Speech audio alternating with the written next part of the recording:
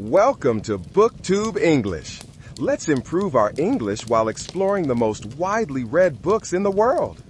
This channel features a variety of genres: self-help, business, health, religion, and spirituality, all organized into separate playlists. Have you ever found yourself stuck in a loop? A loop of thoughts that just won't stop spinning. It starts with one small negative idea. Maybe a moment of self-doubt, a comparison to someone else, or a worry about the future. And before you know it, that single thought has spiraled into a storm. A storm that tells you, "I'll never be good enough." Or, "Everyone else has it figured out, why don't I?" Or maybe even, "I'm just not worthy of love or success." This downward spiral of toxic thoughts can feel like a prison, holding you captive in your own mind, draining your energy, your joy, and your hope. If any of this sounds familiar, if you've ever felt like your own thoughts are your biggest enemy, then you are in exactly the right place. Because today, we are going to talk about a book that is designed to hand you the keys to that prison. A book that offers a practical, powerful way to stop the spiral. Today, we're diving deep into a book that has been a massive phenomenon, a true game changer for countless people. It's called Get Out of Your Head: Stopping the Spiral of Toxic Thoughts by the incredible Jennie Allen. Now, when I say this book is a phenomenon, I'm not exaggerating. This isn't just some niche book that a few people have read. We're talking about a New York Times bestseller. We're talking about a book that has sold over 1 million copies. Let that sink in for a moment. Over 1 million people have picked up this book seeking a way to break free from negative thinking. And the response has been overwhelming. On Amazon alone, it has over 24,000 ratings. And over on Goodreads, it holds a fantastic score of 4.07 out of 5 from more than 45,000 readers. These numbers tell a story. They tell us that the message in this book is not only needed, but it's also deeply resonant and effective. It was also a finalist for the Christian Book Award and even named one of the best books of the year by Cosmopolitan, which shows just how broad its appeal is. So, who is the woman behind this powerful message? The author is Jennie Allen. She's not just an author, she's a speaker and the founder and visionary behind IF Gathering, a massive organization that equips women to know God more deeply and to disciple others. Through live events and online simulcasts, IF Gathering has reached more than 1 million women in nearly 200 countries. Jennie Allen is a passionate leader, a sought-after speaker, and she holds a master's degree in biblical studies from Dallas Theological Seminary. This is important because it tells us that her work is built on a solid foundation of study and deep thought. But, as we'll see, it's her vulnerability and personal experience that truly make this book connect with readers. She is also the New York Times best-selling author of another book called Find Your People. So she has a proven track record of writing books that genuinely help people. The central question Jennie Allen poses in Get Out of Your Head is simple but profound. Are your thoughts holding you captive? She knows that feeling intimately.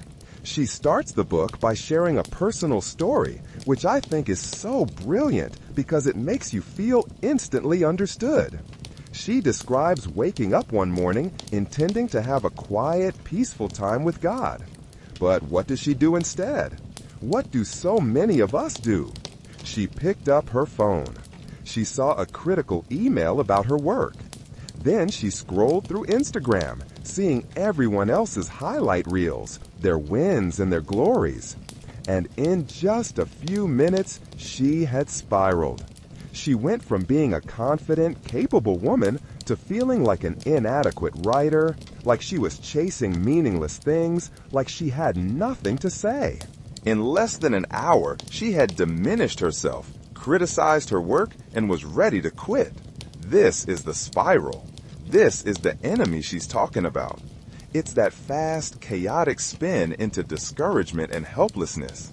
But the core message of this book, the beautiful, hopeful message, is that we don't have to stay stuck there. Jennie Allen argues that freedom comes when we refuse to be victims of our own thoughts. She believes we have already been equipped with the power to fight and win the war for our minds. Get out of your head is not just about identifying the problem. It's about providing the tools to fix it. It's about transforming our emotions, our outlook, and even our circumstances by taking control of our thoughts. The book asserts that our enemy, whether you see that as internal negativity or an external spiritual force, is determined to get into our heads to make us feel helpless, overwhelmed, and incapable. But when we learn to submit our minds to Christ and to truth, the promises and goodness of God can flood our lives in remarkable ways. It all starts in your head, and from there, as Jennie says, the possibilities are endless. And it's not just me or the sales numbers saying this. The book is praised by so many respected voices. Sadie Robertson, a New York Times best-selling author herself, said, "What a timely message. In Get Out of Your Head, my friend and mentor Jennie Allen does a beautiful job of taking your hand, leading you to those places in your mind that need healing, and allowing space for Jesus to break chains." I love that imagery of taking your hand and leading you. It speaks to the gentle, guiding nature of the book. Bob Goff, another New York Times best-selling author, put it this way: "You're going to find a boatload of love and truth in these pages. This book won't just change the way you think, it will alter the way you live." Alter the way you live. That's a bold claim, and it shows the transformative potential readers see in this work.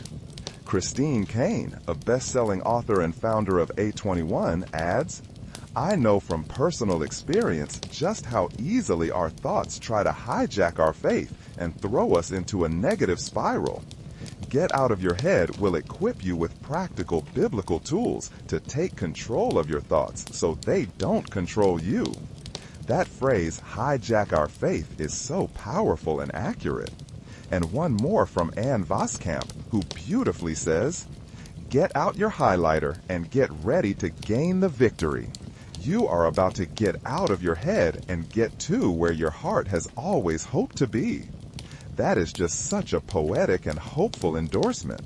Now, what about everyday readers, the people who bought this book on Amazon looking for real help? The feedback is overwhelmingly positive. Customers consistently describe the book as engaging, easy to read, and incredibly well written. They find it packed with truth and scripture, but presented in a conversational style that makes complex ideas easy to grasp. Many readers highlight how the book provides practical, actionable tools for change. They don't just feel inspired, they feel equipped. A key theme in the reviews is the author's vulnerability. Jennie Allen shares her own struggles and personal stories, which makes the book highly relatable and makes readers feel less alone in their battles. While the book is deeply rooted in Christian faith and scripture, which most readers love, some did find it a bit too focused on the Bible for their personal taste. However, the vast majority celebrated how it consistently points them back to Jesus and provides a faith-based framework for mental and emotional freedom. All right, so now that we have a good sense of what this book is all about, its impact, and its author, let's get to the heart of today's video. We are going to explore 5 of the most powerful quotes from Get Out of Your Head. For each one, I'll read the quote and then we'll break it down together, exploring its meaning and how we can apply it to our own lives. Are you ready? Let's dive in. Our first quote gets right to the core of the problem. Jennie Allen writes, "The danger of toxic thinking is it produces an alternate reality, one in which distorted reasoning actually seems to make sense." Let's read that again. The danger of toxic thinking is it produces an alternate reality, one in which distorted reasoning actually seems to make sense. This is such a profound observation. An alternate reality. It's like our minds become a movie director, creating a film that feels completely real but is actually a work of fiction. Think about it. Have you ever had a friend who was late to meet you and your first thought wasn't, "Oh, they're probably stuck in traffic"? Instead, your mind immediately jumped to, "They don't value my time. They don't really want to see me. Maybe they're not even a real friend." In that moment, your mind has created an alternate reality. It has taken one small piece of data, a person is late, and built an entire narrative of rejection around it. And the scariest part, as the quote says, is that this distorted reasoning seems to make sense. In this alternate reality, all the evidence points to your conclusion. You start remembering other times they were a few minutes late, or a text they didn't respond to immediately. Your mind becomes a lawyer, building a case for this negative story, ignoring all the evidence to the contrary, all the times they were there for you, all the kind things they've done. This is the spiral. You've created a reality where you are the victim, where you are not valued. And once you're living in that reality, you act accordingly. You might be cold and distant when your friend finally arrives, which then causes a real problem in the relationship, all because of a fictional story you told yourself. This applies to our self-perception too. You make a small mistake at work. In objective reality, it's just a mistake. Everyone makes them. It's a learning opportunity. But in the alternate reality of toxic thinking, that mistake becomes proof that you're incompetent, that you're an imposter, that you're going to get fired. This distorted reasoning feels logical because it preys on our deepest insecurities. The toxic thought says, "See, I told you you weren't good enough." And we nod along because in that moment, in that alternate reality, it feels true. Recognizing this is the first step to freedom. We have to learn to become detectives of our own minds, questioning the reality being presented to us. We have to ask, is this thought based on objective facts, or is it based on fear and insecurity? Am I living in reality, or have I slipped into an alternate reality created by my own toxic thinking? The moment we can label it, this is that alternate reality Jennie Allen was talking about, we take back our power. We can choose to step out of that fictional movie and back into the real world, where a mistake is just a mistake, and a late friend is probably just stuck in traffic. This single idea is a powerful tool to stop the spiral before it even gains momentum. This leads us perfectly into our second quote, which explains the chain reaction that happens inside of us. It shows how thoughts are not just innocent, fleeting things. Here it is. Our emotions were leading us to thoughts, and those thoughts were dictating our decisions, and our decisions were determining behaviors, and then the behaviors were shaping our relationships, all of which would take us back to either healthy or unhealthy thoughts. This is like a roadmap of our inner world. Let's trace the path she lays out. It starts with emotions. Maybe you wake up feeling a little bit anxious or sad for no particular reason. That's the emotion. But then your mind tries to make sense of it. The emotion leads to a thought. The thought might be, "I feel anxious because something bad is going to happen today." Or, "I feel sad because my life is disappointing." Notice how the mind attaches a story to the feeling. Now we have a thought. What happens next? That thought dictates our decisions. If you think something bad is going to happen, your decision might be to avoid taking any risks. You might decide not to speak up in a meeting or not to go to that social event. You decide to play it safe, to retreat. And that decision determines your behavior. Your behavior is to be quiet, withdrawn, and maybe even a little bit fearful. You physically act out the decision that was born from the thought, which was born from the emotion. Finally, that behavior shapes your relationships.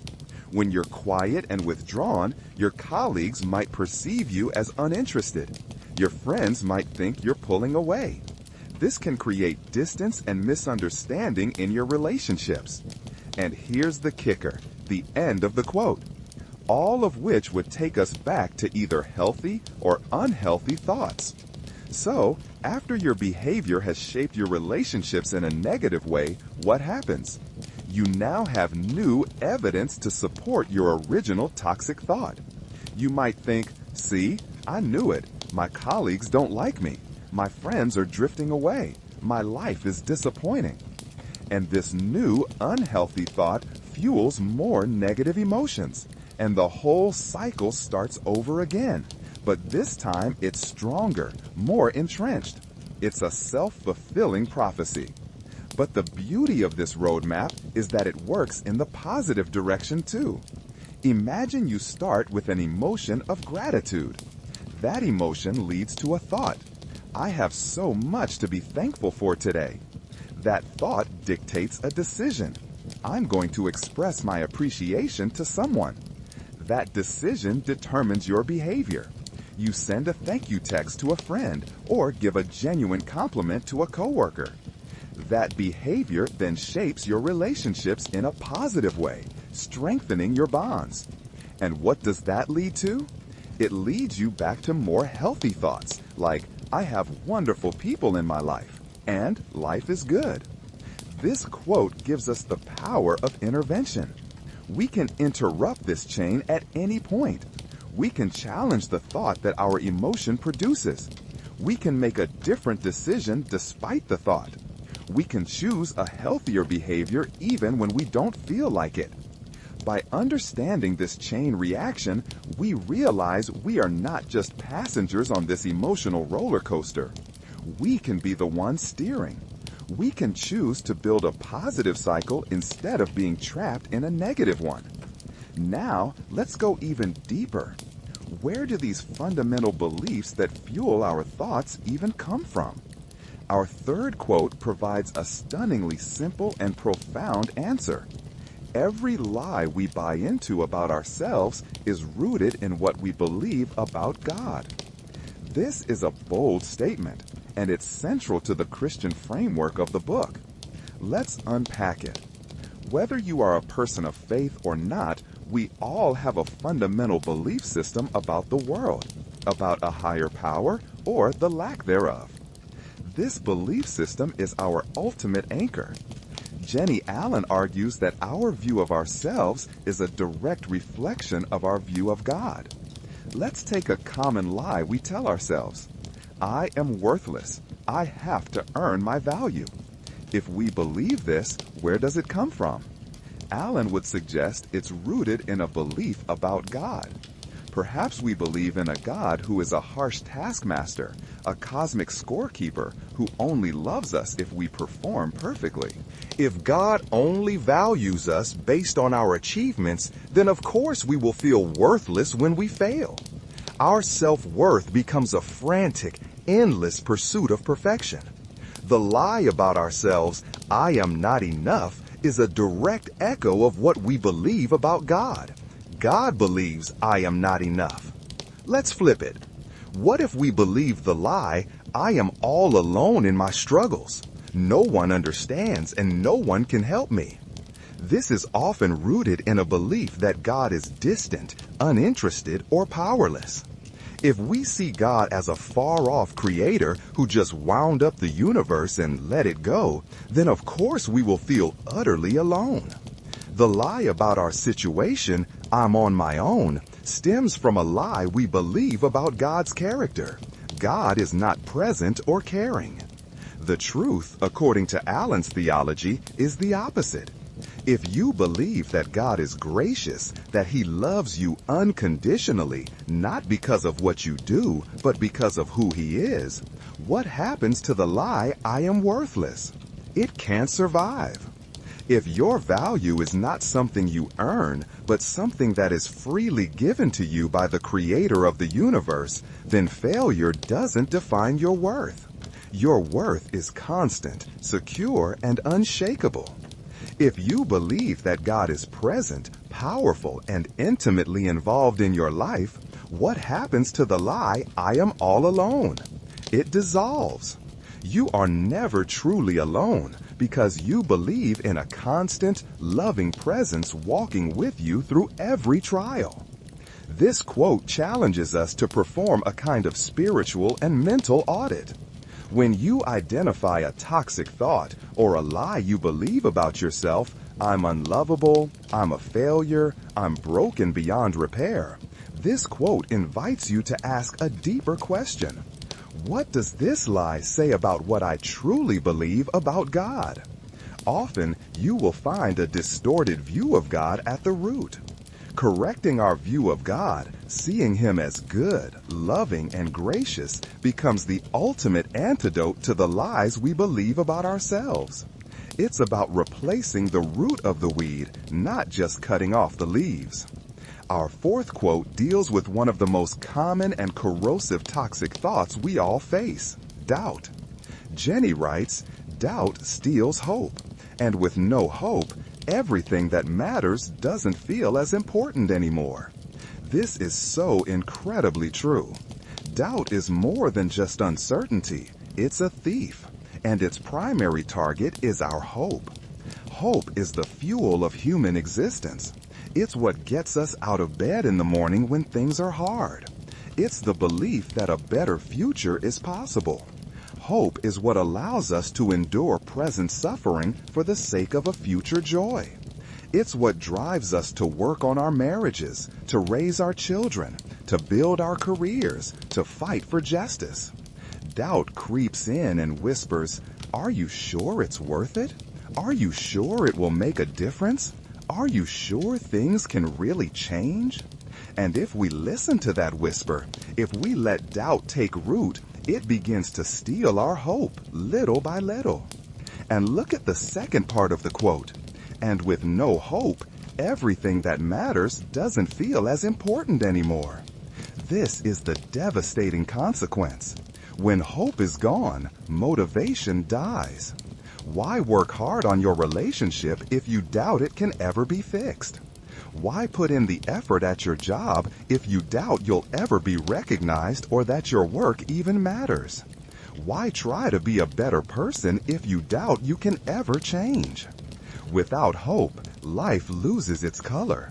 It becomes a gray, mechanical exercise of just getting through the day. The things that once brought you passion and purpose, your family, your work, your faith, your dreams, they start to feel heavy and pointless. Apathy sets in. This is why doubt is so dangerous. It doesn't just make us question things, it paralyzes us. It makes us give up. The book challenges us to see doubt for the thief that it is. It's not a sign of intellectual superiority, it's a spiritual and emotional cancer. The antidote to doubt isn't necessarily having all the answers. The antidote to doubt is choosing to place our faith in something bigger than our uncertainties. For Jennie Allen, that is unequivocally faith in the promises of God. It's about choosing to believe in God's goodness and His plan, even when circumstances look bleak. It's an active choice. So when doubt starts to whisper, we have to fight back. We have to actively remind ourselves of what is true, of what is good, of what is hopeful. We have to guard our hope as our most precious possession, because without it, as the quote so powerfully reminds us, everything that matters loses its importance. We must choose hope, even when it feels hard, because it is the anchor for our souls in the storm of life. And now for our final quote. This one circles back to the very nature of our feelings and offers a clear, liberating truth. The reality is that our emotions are a byproduct of something else. Our emotions are a byproduct of the way we think. In our culture, we often treat emotions as the ultimate truth. We say things like, follow your heart, or if it feels good, do it. We are taught to see our emotions as the core of who we are. If I feel sad, I am sad. If I feel anxious, I am an anxious person. We let our emotions define us and direct our lives. But this quote completely flips that script. It says our emotions are not the source, they are the result. They are the symptom, not the disease. They are a byproduct. Think of a car's dashboard. When the check engine light comes on, the light isn't the problem. The light is a byproduct, an indicator that something is wrong with the engine. You wouldn't fix the problem by putting a piece of tape over the light, right? You would open the hood and look at the engine. In the same way, our emotions, especially the painful, toxic ones like anxiety, anger, or despair, are our internal check engine lights. They are signals. They are telling us to look under the hood. And what's under the hood? Our thoughts. If you are constantly feeling anxious, this quote invites you to ask, what am I thinking that is producing this feeling of anxiety? You will likely find a stream of what-if thoughts. What if I fail? What if they leave me? What if I can't handle it? The anxiety is the emotional byproduct of those thoughts. If you are feeling a deep sense of worthlessness, the question is, what am I thinking that is producing this feeling? You might find thoughts like, I'm not as smart as her. I always mess things up. Nobody really values me. The feeling of worthlessness is the byproduct of those thoughts. This is incredibly empowering. Why? Because while it is very difficult to directly change a feeling, it is possible to change a thought. You can't just tell yourself, stop feeling anxious. It doesn't work. But you can tell yourself, stop thinking that catastrophic thought. You can challenge it. You can replace it. When you notice the check engine light of anxiety, you can open the hood and say, okay, I see that what if I fail thought. Is that thought true? Is it helpful? What is a truer, more helpful thought I can replace it with? Maybe you replace it with, I will do my best and that is enough. Or, even if I stumble, I can get back up. Or, God is with me and He will give me the strength I need. When you change the thought, the emotion will eventually follow. It's not instantaneous, but over time, by consistently changing the thoughts that are running in your engine, the warning lights on your emotional dashboard will begin to turn off. You will experience more peace, more joy, more confidence, not because you suppressed the bad feelings, but because you healed the thoughts that were causing them. This makes us active participants in our emotional health, not passive victims of our feelings. So there you have it, 5 powerful, life-altering ideas from Get Out of Your Head. We've learned that toxic thinking creates a false alternate reality. We've seen the chain reaction from emotions to thoughts to decisions to behaviors. We've explored how our lies about ourselves are rooted in what we believe about God. We've been reminded that doubt steals our hope and that our emotions are simply byproducts of our thoughts. This book is a call to action. It's a manual for winning the war that matters most, the war for your mind. It empowers you with the truth that you are not your thoughts and you do not have to be a slave to them. You can, with God's help and with intentional practice, get out of your head and into a life of freedom, purpose, and peace. Thank you so much for joining me today on BookTube English. I truly hope this discussion has been helpful and encouraging for you. If you enjoyed this video and found it valuable, please give it a thumbs up, share it with a friend who might need to hear this message, and be sure to subscribe to the channel for more deep dives into the world's most impactful books. And now I want to hear from you. Have you read Get Out of Your Head? What was your biggest takeaway? Or do you have another book that has helped you in your journey to healthier thinking? Please share your thoughts and recommendations in the comments below. I love reading them and learning from you all. Thank you again for watching, and I can't wait to see you in the next video.